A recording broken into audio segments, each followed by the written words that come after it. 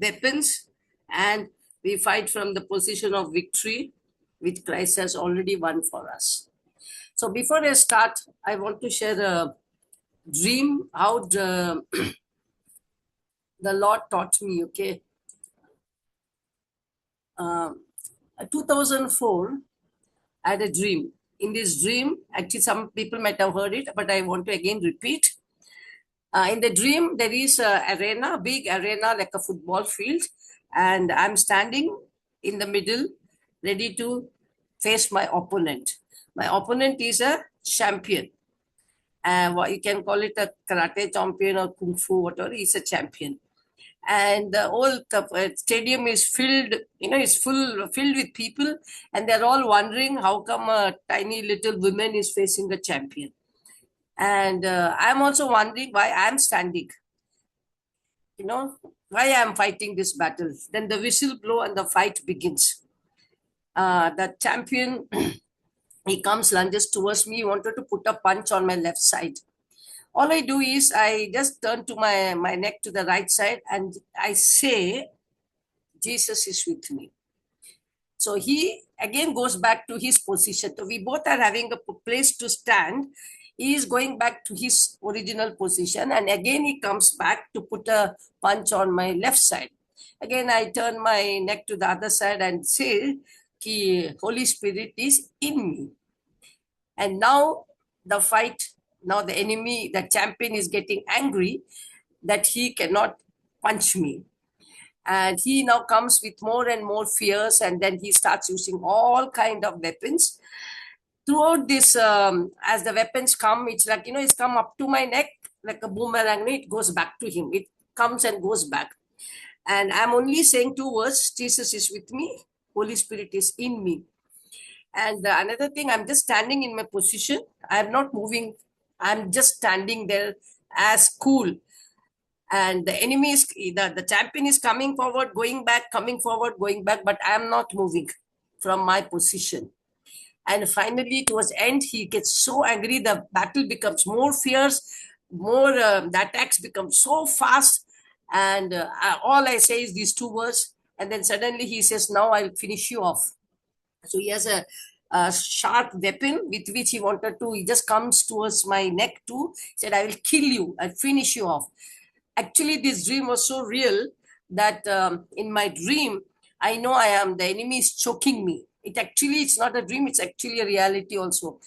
And I just scream. I know I have to say one more thing, the enemy will fall off. And then finally, out of great struggle, I just burst out, blood of Jesus is upon me. The moment I said the blood of Jesus is upon me, in my dream, I see the enemy defeat. He just falls down backwards. He falls down. And then now the whole audience is stunned. And now I leave my position and walk up to him and I say, Jesus never fails. I will never fail because I've got Jesus in me. This was my dream. It was frightening. I got up early morning and praying in tongues, sought the Lord that day. And the Lord gave me two scriptures. One is, no weapon formed against you shall prosper. That means weapons will come. Second thing he said, meditate my word day and night. And like Joshua, wherever you tread, I will give that land and you will prosper, but meditate my word. So these are the powerful dream which the Lord gave me. And after that, a lot of battles I had to face, especially as to pray for nations. And sometimes I have to wonder why all these things, happening. And then the Lord will say, what did you do in the dream? Then I said, I stood. So Lord says, stand and speak my word. Okay. So this is the very nuggets of truth which the Lord revealed to me before he called me to do this prayer of intercession. So the first verse I want to speak is the Great Commission. Later, Jesus appeared to the 11 and they sat at the table. He rebuked their unbelief and hardness of heart because they did not believe those who had seen him after he had risen. So Jesus said to them, go into all the world and preach the gospel to every creature. He who believes and is baptized will be saved, but he who does not believe will be condemned. And these signs will follow those who believe in my name. That is the clue. That's the thing. In my name, they will cast out demons. They will speak with new tongues. They will take up the serpents. And even if they drink anything deadly, it will by no means hurt them. They will lay hands on the sick and they will recover. So we see the signs that follow after preaching the gospel. So the first thing is the gospel. The light has to go forth into the darkness. So my first, this is the first three spiritual weapons which I just listed is the name of Jesus. You know, sometimes we wonder, we have such a long prayer. We started, oh Heavenly Father, we pray, pray, pray, pray. And suddenly we think that the concluding words is name of Jesus. Have you ever experienced? We just wait to say amen, name of Jesus. But do you know that name has so much power? The demons tremble. That one name. That's what Philippians 2:9-11 says. Therefore, God has exalted him and given Jesus the name. That name is above every name. And at the name of Jesus, every knee shall bow, of those in heaven, on the earth, and under the earth. Means the demons, everything. And every tongue must confess Jesus Christ is the Lord. So the first spiritual weapon is, understand the power in the name of Jesus, Yeshua. So we are claiming the supremacy of God's authority. God has given, he said, all authority is given to the church. He said, go now and preach the gospel. So that supremacy of God's authority is in the name of Jesus. We are claiming that over every demon that will show up to fight with us. Okay, the first is name of Jesus. Second is blood of Jesus. Revelation 12:11 says, we overcome the enemy by the blood of the Lamb of God and the word of our testimony. Also, Hebrew 9:14 verse 15 says, how much more shall the blood of Jesus Christ, who through eternal Spirit offered himself without spot to God, will cleanse your conscience, means your spirit, from dead works to serve the living God. So you see here that without the blood of Jesus, your spirit man that is dead cannot serve the living God. So something we do not know how that blood works, but we have faith and we just plead through faith. So that's what it says. It will cleanse your spirit, that is conscience, from the dead works. How it does? It says through the eternal Spirit. So the blood of Jesus and the Holy Spirit works together. They work together so that we are able to hear from God and to serve the living God. Jesus is the mediator of the new covenant for our redemption of sins.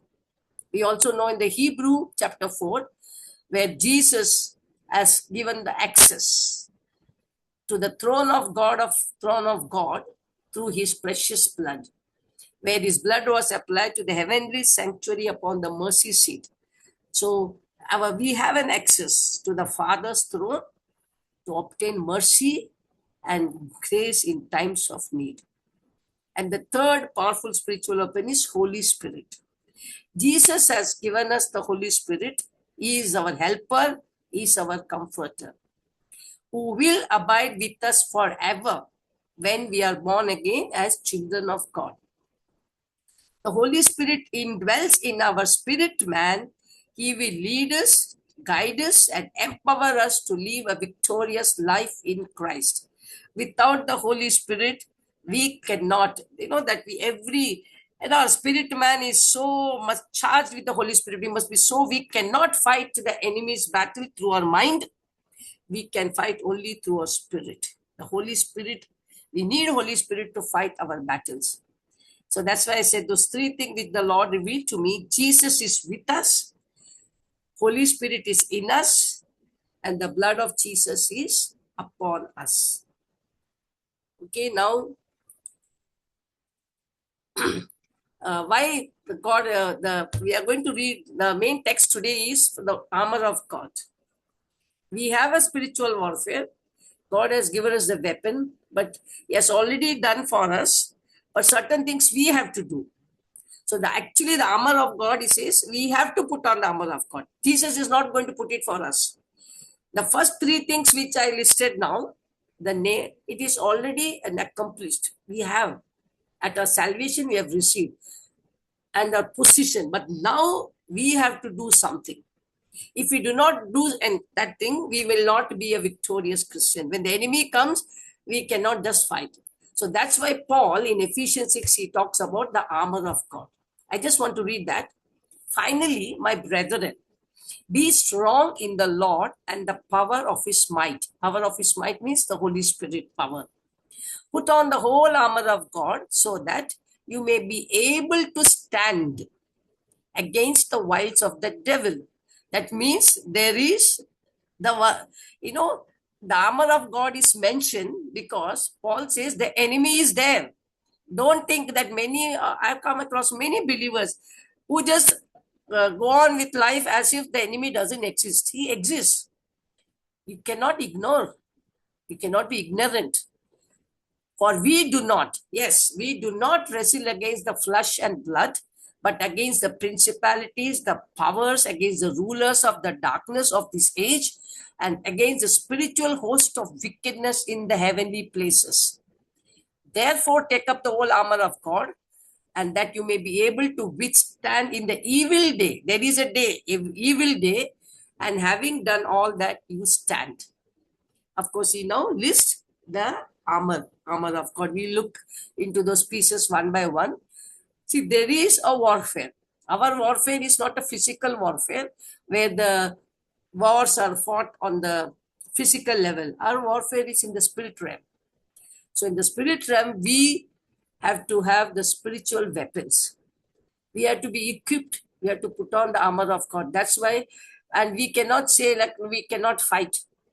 God has given. When you start opening your mouth to say the gospel, preach the gospel, definitely the enemy, the devil is not happy, because every time you share the gospel, somebody who's sitting in the darkness is coming to know Jesus, he comes out.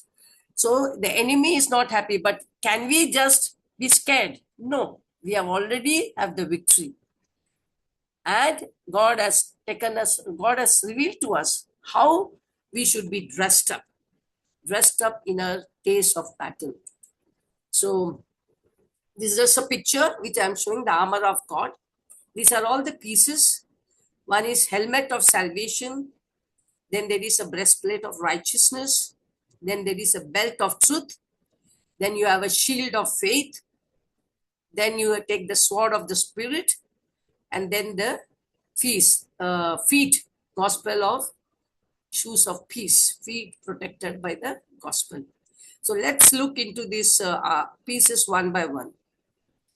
The first one, again, I want to say, my position. See, I am not fighting my battle. My battle belongs to the Lord. The whole week we looked to Jehoshaphat's story. When the enemies came, how finally the instructions came from the Lord, take up your positions tomorrow. He did not, and the battle belongs to the Lord. God wants us to take the position and to stand. That's all. The battle is going to fight. Yes, already fought the battle, is always with us to fight battle. But if we do not take our position and stand, we are already defeated. We cannot retreat now. We cannot go back. So because that's what he says, we do not wrestle against flesh, same thing, flesh and blood, against all these powers of darkness. Ephesians 1:19, what is the exceeding greatness of his power towards us who believe, according to the working of his mighty power. The Holy Spirit power is so much that he worked in Jesus Christ when he raised him from the dead and seated him at his right hand in the heavenly places, far above all this. The principality, the power and the might and the dominion and every name that is named, not only in this age, but also in the age to come. And what he did, the Holy Spirit put all things under his feet. Whose feet? Jesus. And Jesus gave him to be the head over all things to the church, which is his body. the fullness of him who fills in all. That means Jesus is our head, the enemy is under his feet. So we are the body. So all the enemy, the power of the thing is under our feet. So we are in a spiritual warfare. Jesus has already won the victory at the cross and given the church all authority to destroy the works of the devil and his kingdom. So we fight from the position of victory, not for victory. We cannot be ignorant of enemy's plans. Hence, we have to use our spiritual weapons to fight our battle against the devil. So let us look into the armor piece by piece. He says, finally, my brethren, be strong in the Lord and in the power of his might. Put on the whole armor of God so that you may be able to stand against the wiles of the devil. The first piece is the belt of truth. See, I just want to say one more thing. When I've seen many people speak this scripture, it's like, okay, Lord, morning I'm going to pray. I put on the armor of God. They just confess it. I'm putting on the belt of truth. I'm putting on the breastplate of righteousness. But I think, is it enough? No. I just cannot say I'm putting on belt of truth unless I every day walk in truth. Just the quoting scripture, I'm putting on breastplate of righteousness. I'm putting on the shoes of peace. But if I'm not having peace, I'm not walking in peace with God and with others, enemy will know about it. Just quoting the scripture, it is something beyond that. So let us see the belt of truth. There are some questions I put. For that, you have to sit and ponder. Are you standing on God's truth? There is a stand. We have to, are you standing, that is the truth, on God's truth? Do you align with the word of God? Are you rejecting every day, and the lies and the deceptions and the false teachings that come against you? Do you walk in integrity? That is very important. That is the truth. Do you walk daily in integrity? The belt of truth is the one which holds all the other pieces of armor. So if you see the Roman soldier that Paul compares, when we put the belt in that is sword of the spirit, everything it holds. So it's very important. The belt of truth is the foundation. Jesus says, if you know the truth will set you free. Let the truth of his word and not the world influence you. Remember, Eve was deceived with a lie by the devil. One lie, that's all. Did God speak to you? He twisted. The enemy always twists. He will twist the truth in such a way, or he lies, and then he will convey it to you in the way that you will accept a lie as truth. That's how she fell down. The temptation came. So the belt of truth is every day we have to, morning when we get up, before even we think, we have to say, is my actions aligning with God's word? Any wrong teachings or any lies coming, am I rejecting it? And every day, am I walking my walk? Means integrity. How is my life? So that is the first piece, is belt of truth. Let us look to the second piece, which is called the breastplate of righteousness. This weapon guards your heart. Where you put a piece on the breastplate is called guards your heart. Is your heart circumcised? In the Old Testament, we see the circumcision. But in the New Testament, God wants our heart to be circumcised. Heart also signifies the blood, isn't it? So is the blood applied in your heart? Is your heart circumcised? Do you pursue righteousness instead of compromise? See, we all have the righteousness of Jesus Christ when we are born again. It is called imputed. We have received the righteousness of Christ. That is a gift of God. But are we walking in righteousness every day? Is righteousness is our lifestyle? Because if we are not guarding our heart with obedience to God's will, then we will be exposed to demonic attacks.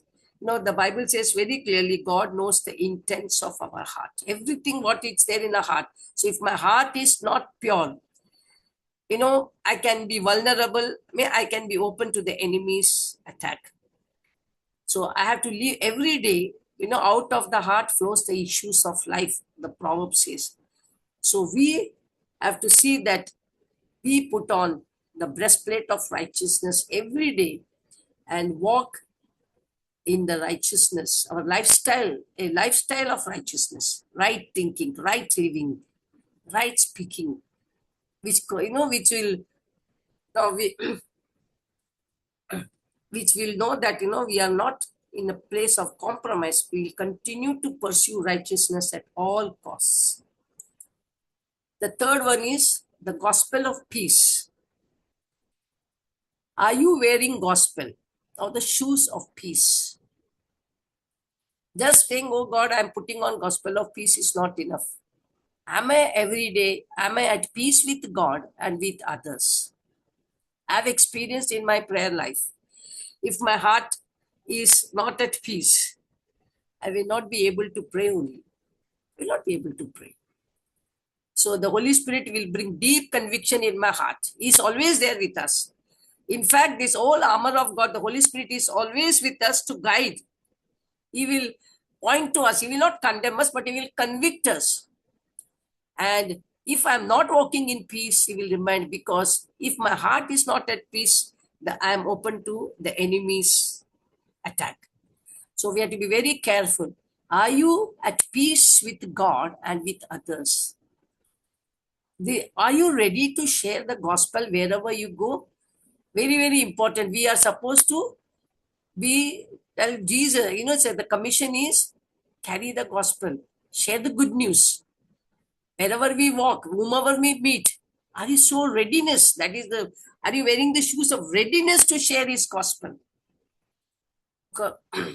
Wearing the shoes also means it determines your walk with Jesus and standing strong in faith. When you put on the shoes of peace and know the gospel, when the trials come, are you standing strong in faith, in peace? Remember when the storm came, all the disciples were frightened. And Jesus, how he said, peace, and he stilled the storm. So it is like our faith. And he said, where is your faith? You know what he told the disciple? You men of little faith, or you don't have faith. So when you wear the gospel peace, the shoes of peace, we will stand strong in the faith when the storms and the trials come into our life. The next piece is shield of faith. This is a very powerful, this is another weapon, the shield, my faith. Do you take the shield of faith to deflect the fiery arrow of the enemy? Do you resist doubt, fear, lies, and discouragements when it is thrown at you by the enemy? Shield of faith protects also other pieces of armor. This is a very important shield. If you see a Roman, if he removes the shield, he can be easily attacked. So he has to all the time hold on to because the fiery dart is coming. Yes, always hold on the shield. Otherwise, even he has other weapon that will be no use. So the shield, he cannot drop the shield. In the same way, the shield of our faith will always, even the protect, we have all other peace, but if you don't stand with the shield of faith, then we will be very vulnerable to the attacks of the enemy. So always be, that let not the faith be shaken. Let not be faith of shaken. Come enemy, the shield of faith like a mount, it's like, it's the one whom you will stand, and your faith has to stand before you. Think like, when your everything things doesn't happen right with you, just imagine this is that shield, that covering protection. Is your faith as strong like the shield which protects the soldiers? Otherwise, do not drop your shield of faith. Don't lose faith. That's the time when the enemy attacks you. That's the time you have to have the faith. Next is helmet of salvation. This armor protects your mind, your thoughts. Do you have assurance of your salvation? Many times when we go through trials and tough times, the enemy comes to whisper to us, "Are you really saved?" I don't know whether it has happened to me. We start questioning our own salvation. If I'm saved, I'm blessed, why Jesus, all these things are happening to me? All these questions. And sometimes we start doubting. Do you have assurance of your salvation? That's why we have to guard. That is called that helmet, or how in the natural it guards, protects our head from external injury. This helmet of salvation protects my brain, my thoughts, mind from all the onslaught of the enemy. The enemy will bombard you. Your mind is a battlefield. He will bombard you with all kind of thoughts. But in that midst, do you have assurance? Are you renewing your mind every day with the word of God? Do you reject every negative thought, guilt, condemnation, fear, all those arrows that come to your mind? Do you accept it or do you reject it? The only way to do is know that you have put on the mind of Christ. The mind of Christ is so powerful. Put on the mind of Christ. You have to put on. And any such negative thoughts when the enemy throws at you, in Corinthians it says, bring all such thoughts. It's like a stronghold. Before it becomes a stronghold, pull all those thoughts and bring them to the obedience of Lord Jesus Christ. Never allow, this is very powerful, never allow the enemy to doubt your identity in Christ. That is what the number one weapon is. He will come put thoughts in your mind about your identity in Christ, especially when things go all wrong in the natural circumstances. That's the time you become more vulnerable to his voice. And then that time, do not allow the enemy to sow the seeds of doubt. You are saved. You are the child of God. You are the beloved of the Most High God. All these are the facts. They cannot be changed, but the enemy can put doubt. So we must guard our mind with the helmet of salvation and put on the mind of Christ and think like Jesus and never allow the enemy to influence our minds and our thoughts. The next piece is the sword of the Spirit. We all have Bibles. We have all have the Word of God. But do you read and meditate Word of God daily? It's not enough to just to have a Word of God, but do you use the Word of God? That is the main. The sword of the Spirit is using the Word of God. The Word of God is a very powerful weapon. That's why it is called the sword, to face the enemy in the battle. Remember what Jesus himself quoted the word of God. He said when he was tempted by the enemy in the wilderness, what he said, it's written, it is written. He quoted the word of God. Thus, Jesus demonstrated the supremacy of the word of God to the devil, and the devil had to flee. It's also called the sword of the Spirit, means the Holy Spirit. So how do you use the word of God? It is not that Bible, we have all promises from such a you, so many promises. But how to use the word of God at when the enemy comes and throws at you certain arrows, like we see how the temptation of Jesus. He quotes the exact word from the Old Testament. In the same way, the Holy Spirit will help us. He will give us the word. But how do you know he will give you the word? Unless if you don't read the word of God, you will not have any word deposited in your heart. You will not know. So that's why we have to read and spend time with God's word. So when the enemy comes, the Holy Spirit will bring to your memory that word and you wage your battle with the word of God. And I can assure you, that's how I fight my battle. And the enemy has to flee. He has to bow down to that word which we release and we speak with authority of the Holy Spirit. And and give you victory in our warfare. And finally, when we see, it says prayer. After listing all the armor of God, Then he comes, Paul says, prayer, praying in which one this verse? He says, after putting all that, and take the helmet, praying always with all prayer and supplication in the Spirit. So, praying always with all kinds of prayer. It can be thanksgiving prayer, all types of prayer you can think, all included. And also supplications, request. And then supplication in the Spirit, praying in the Spirit. So, Paul says, having done all these things, putting all, then you have to pray. So, what is the use of all the weapon if you don't pray? The for the soldier to fight, there is a battleground. For our battleground is prayer. The enemy, the moment you go on your knees to pray, that's where the enemy is threatened, because now you're going to the Father, you're going to ask, you're going to pray, and God is going to bless you or do things. You will come to know his will, so many things. And that's how the enemy will start throwing his arrows.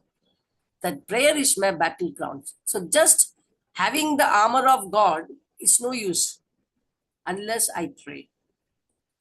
Armor of God is to be put on at the time of prayer. Battles are not one just having the armor, but only in prayer we fight back the enemy. How do you pray? Are you communing with you to God daily through prayer? Are you interceding on behalf of others? Are you fasting and praying for destroying devil's kingdom? So when you add fasting to prayer, where it is not here, it's more powerful. It's more powerful because then you're coming against the kingdom of the enemy. So fasting is something, it works. Like Jesus himself says, certain kind of demons will not go unless you fast and pray. So finally, and then the praying in the Holy Spirit. This is praying in the Spirit, where Paul mentions is speaking in tongues. Is a very powerful weapon as we can become more sensitive to the Holy Spirit. Also, intercessory prayers destroys plan of the devil for the people for whom you pray, and also nations. Like nations, many God used Esther, Moses, Abraham, Daniel. You can name it. All the mighty man of God and woman of God in the Old Testament who stood and prayed for the nations, and God released mercy instead of judgment. So when intercessory prayer is very powerful, when you stand with God's burden and pray for somebody, the mercy comes. The mercy comes. Especially when you're praying for the salvation, I have experienced when you're going to pray for the salvation of your unsaved ones, this intercessory prayer, continuously praying, not giving up and pleading to God for mercy. That God says, like, in the Hosea also, that book, I will show mercy to those who have not obtained mercy. And I will take the names of the Baals from their mouth. This is for those who are in this Zoom call, who have unsaved family members or relatives or friends. This verse which the Lord gave me many years ago when I am from a Hindu background. I am the only one saved by God. So whenever I pray for my family members, this is the verse is to give me. I'll take the names of the Baals from their mouth. I will show mercy to those who have not obtained mercy, so that I shall be their God and they shall be my child.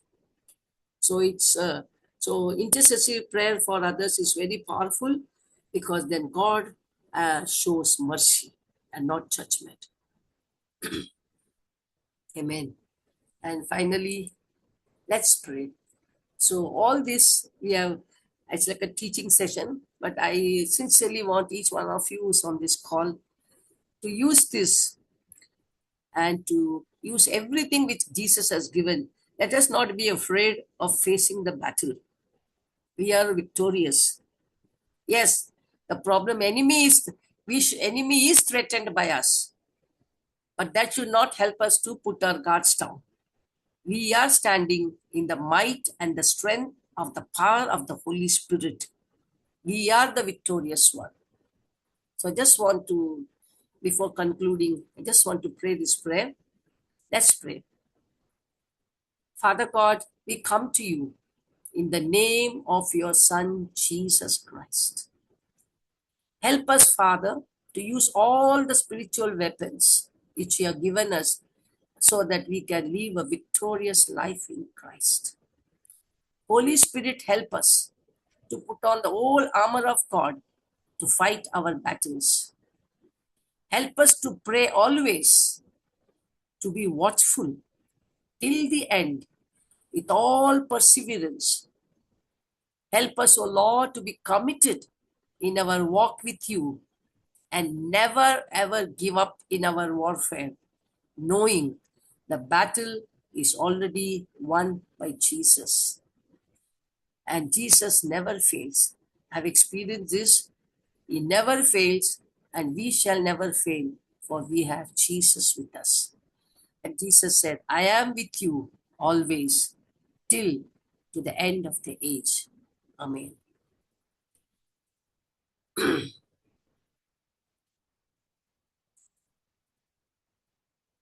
Praise God. And I have finished my teaching. We can pray for all the prayer points, but really from my heart, what I've taught, I've lived. And it's a very, if you follow this, God wants each one of us to be a prayer warrior. Really wants us to be a prayer warrior. And as the end of the age approaching, do you think things are going to be easy? I don't think so. He wants the bride. Always he'll tell me, I don't want that just bride of Christ. No, that one who always loving. I want a warrior bride. A bride, he has given a sword in her hand. He wants a warrior bride. Because a bride who loves Jesus will do everything for Jesus. So what we have to do, the end of the warrior bride. We are called warrior brides. Along with Jesus to fight and to see justice, righteousness, and the gospel being preached, and every those. It's a time we should really put on the armor of God. 2026. I'm not prophesying, but I'm saying the war will intensify. In the natural, we are seeing things are shaking in all over the world, but in the church, so we have to be ready. Our battle is spiritual realm, not the physical battle, but we should be very close to the Holy Spirit. And when you're close to the Holy Spirit, I'm telling you, He will teach you how to fight your battle. Amen.